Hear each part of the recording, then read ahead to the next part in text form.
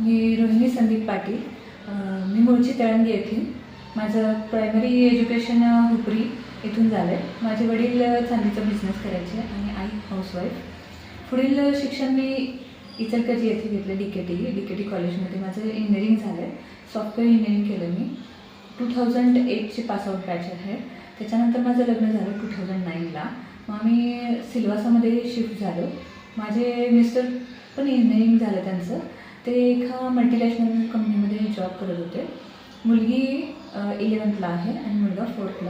आम्ही सिल्वासामध्ये 4-5 वर्ष राहिलो. त्याच्यानंतर त्यांचा जॉब इकडे शिफ्ट केला त्यांनी. त्याच्यामुळे आम्ही इकडे इचलकरंजीमध्ये आलो. आणि